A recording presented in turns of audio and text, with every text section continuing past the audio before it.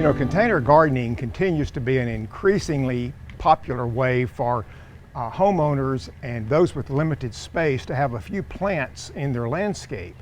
I know if you go out to our botanic garden at OSU and kind of look around out there, you'll see some fantastic ideas for container gardening. Most of those, if not all of those, are ornamental plants that are in those. But as you walk into our garden, in the front entrance on the north, you're greeted by two really large planters with cacti and succulent in them. You go on into the garden, you'll see more planters with cacti and succulent, more in traditional planters. But as you walk on into the garden, you sort of also see more containers with plants in them that are maybe in some more non-traditional types of containers as well. A little bistro table sits in the garden with a container plant on top of it. We go on further, we have some tall metal stands with containers, plantings in those as well. You walk up by our little shed at our office by the deck and the patio area, and on the wall there by the fence, you'll see some really fantastic hanging baskets with a variety of ferns and many other kinds of container plants. But today I want to encourage you that if you're thinking about maybe doing a container garden and you're limited on space, particularly for a vegetable garden, try something a little bit non-traditional, and let's do a vegetable garden in containers, or maybe like a fairly enlarged kitchen garden, so to speak. And that's what I'm going to do today.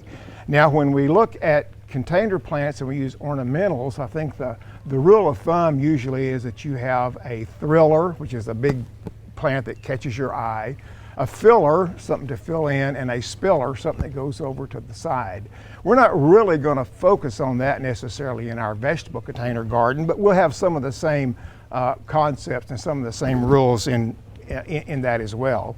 But the first thing we want to do is choose the container, of course, and I'm using a little non-traditional container, maybe from some types of container plants, and I think this is very fitting for what we're going to do. And you know, while this works well in a traditional pot of any kind, whether it's a clay pot or a plastic pot or whatever kind of pot, I kind of like this because it's just an old wash tub.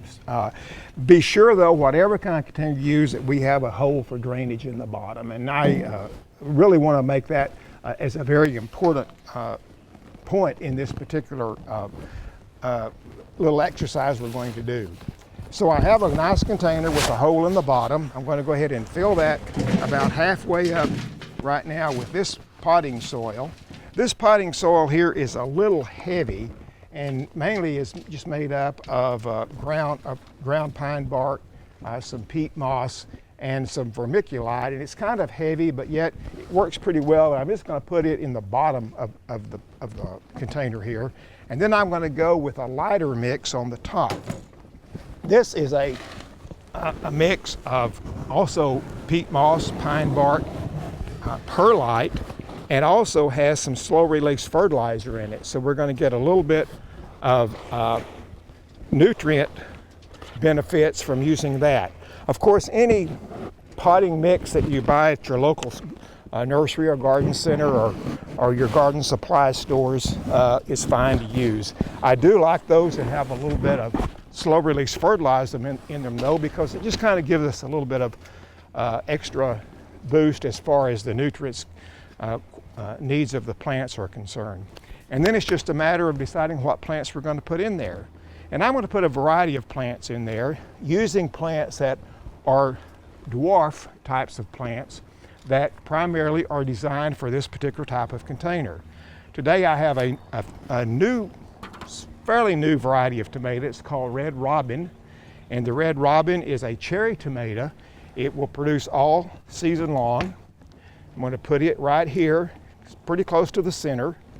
I have another little tomato called the Patio. It's a standard sized fruit tomato.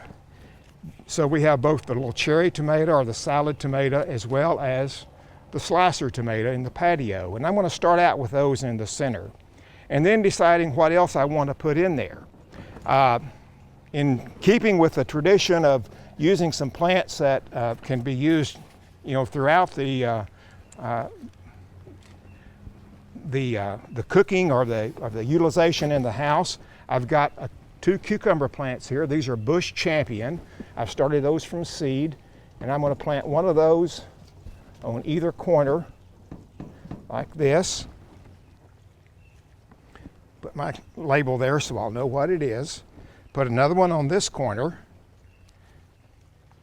And these will give us a little bit of that spiller effect, because although they're bush cucumbers, they're going to make a little bit of a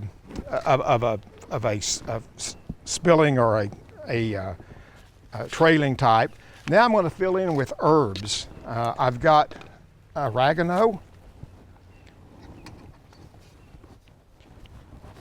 I've got a mixture of thyme and parsley in the same pot. Put one of those over here. I've got a basil, a little leaf basil, that I'm also going to stick in. And then I've got my curly leaf purple basil, another nice little plant. It also gives some color in it.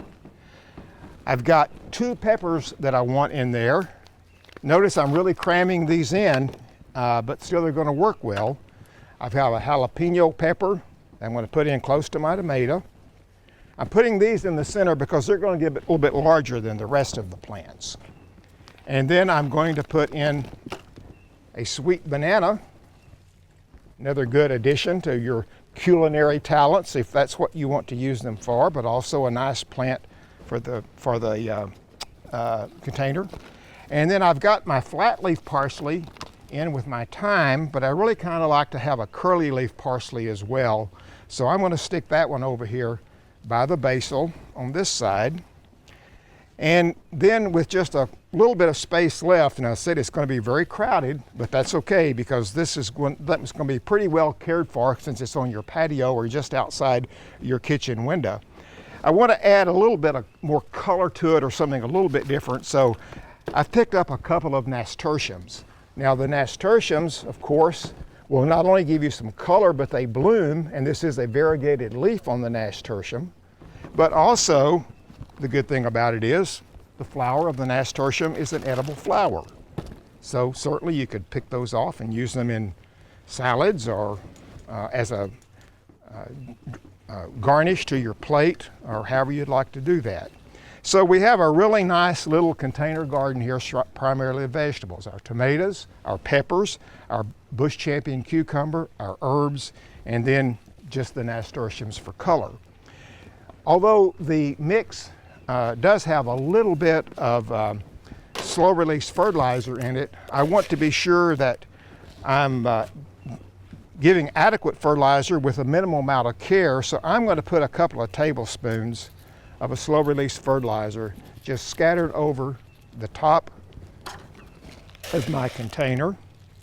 And actually this should really be enough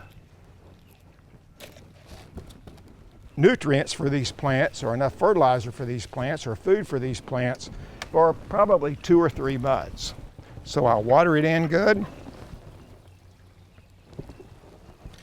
Then we can set it in a bright sunny location just outside the door on the patio or the deck, and voila, you've got a very nice little vegetable garden in a contained place that you can enjoy throughout the summertime with a minimum amount of care. Primarily it's just keeping it watered and harvested.